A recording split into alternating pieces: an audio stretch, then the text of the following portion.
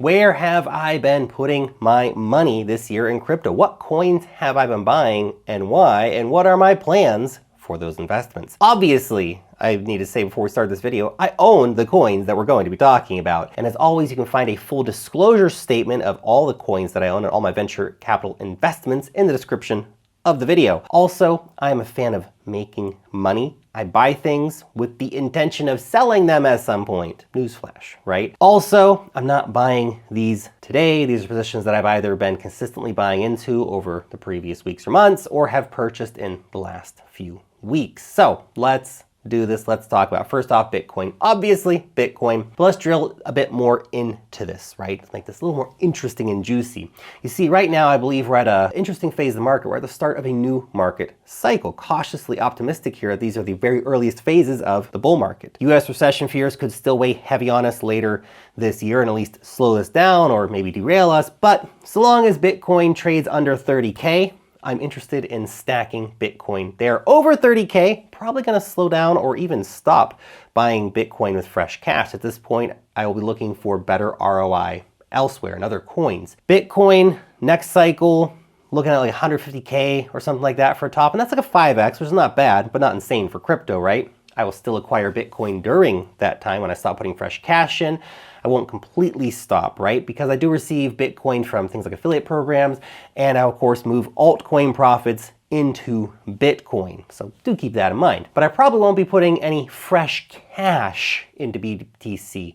I will watch it take some money off the table as well on a portion of my BTC stack when we are trading over 100K, because why the heck not? Rough plan anyway. Now let's talk about Avalanche. So the AVAX token, I've recently basically doubled my AVAX position, buying in around $18 with the intention to flip it at around $30. We'll see how that works out, obviously. My existing position, the other half of my AVAX coins, I'm aiming to hold a little bit longer, right, into the cycle. But AVAX, I'm doing some pretty awesome things recently, which made me take a big interest in taking that position. We're seeing a big increase in daily users. We're seeing a big increase in developer activity. The recent Evergreen subnet announcement, that was also a really big deal. That was basically the intention to allow institutions an easy path to be able to build blockchain infrastructure on an Avalanche subnet. Recent expansion moves by Avalanche have also seen some really big partnerships. We have a big Japanese gaming partnership, for example, an entry into the South Korean market following a big data company partnership. Recent news also that Avalanche nailed down a partnership with Alibaba's cloud service called Cloudverse. Now this is to allow Alibaba users to be able to create and then to be able to, of course, deploy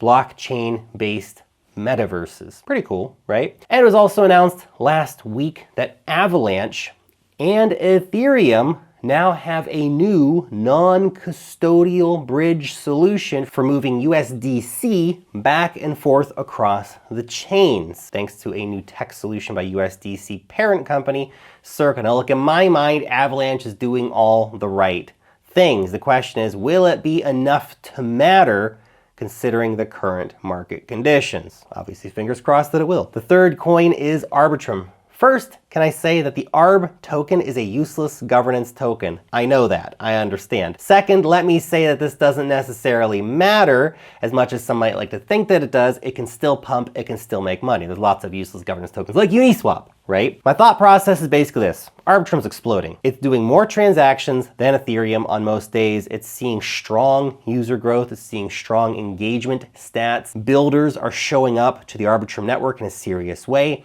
In many ways, I feel like Arbitrum is a blue chip quality piece of technology whose token is not currently trading at a blue chip price. This is one that I've been adding to weekly since it started trading on the open market.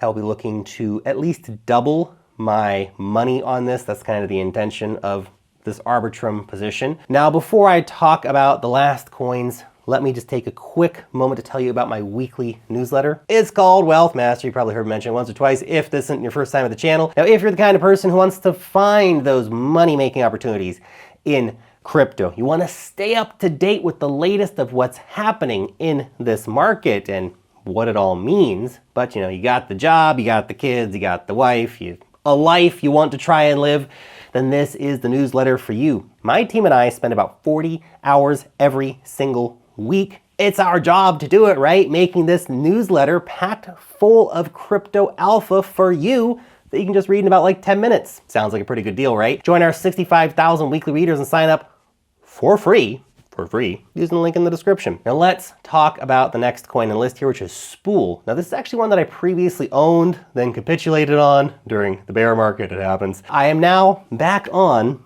to the Spool train, making 2 new purchases in the last 2 weeks of this altcoin. Now this is a low cap altcoin, right? One that I think has high potential, but also a riskier play. So I'm not risking a giant amount of my capital on it. It's like 0.3% or something in my portfolio right now. So just a little nibble, right? I think a 10x, not out of the question here for this one. At least that's what I'm thinking as a target. But I'm also prepared to just, lose my shirt on it if that's what the market decides, right? That's why I'm not risking a huge amount of money on it.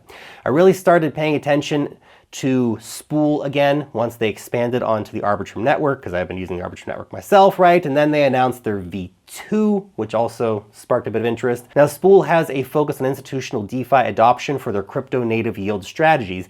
The app itself, super easy to use. Basically, deposit stablecoins into risk-adjusted pools. You can decide if you want to go high risk or low risk, right? And then sit back and wait for the money to roll in, which is a pretty cool idea. The Spool token is a real yield coin with platform fees going largely to stakers. Now, the next coin is one that is not something that I technically bought recently. I invested at the pre-sale late last year, but it's on my radar once again, because right now they're doing their public node sale, and the nodes are going to start making me money pretty soon. So that's exciting. Myria, so it's Myria is the one, by the way. Myria is a layer 2 Ethereum network purpose-built for gaming. Already has some pretty impressive user stats, 1 million registered users. We have more than 250 different games actually building on their network. The network offers a 0 gas fee experience for users, which of course is the friction that you need to get out of the way to make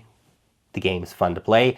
9,000 transactions per second along with 0 fee NFT minting. So all the kind of right stuff that's really perfect for gaming, right? Now the nodes that I bought let me earn Myria tokens and or NFTs for my work of helping to secure the network. Personally, I think the layer 2 space is getting pretty damn crowded with Consensus's new one and Coinbase's new one and all the other new ones. But for me, the reason I bought the nodes was because I thought it could be a good bet on owning a piece of gaming infrastructure instead of trying to bet on a particular game.